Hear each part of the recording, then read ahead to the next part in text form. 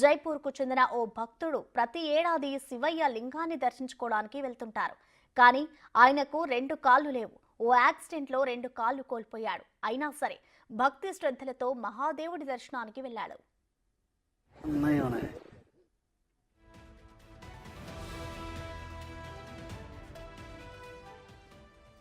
ఆనంద్ సింగ్ అనే భక్తుడు జైపూర్ నుంచి అమర్నాథ్ వెళ్లాడు. రెండు కాళ్లు లేకపోయినా తనకు అలాంటి భావనే లేదన్నాడు.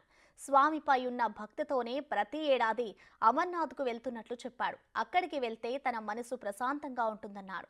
తాను ఎప్పుడూ వికలాంగుడినని బాధపడలేదన్నారు. ఎంతో మంది తనను చూసి వికలాంగుడు అనుకున్నా తనకు మాత్రం అలాంటి భావన ఎప్పుడూ లేదన్నారు.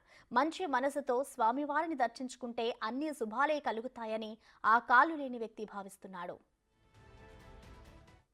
में मेरे दोनों पैर चले गए थे 22 वर्ष पहले 2002 में।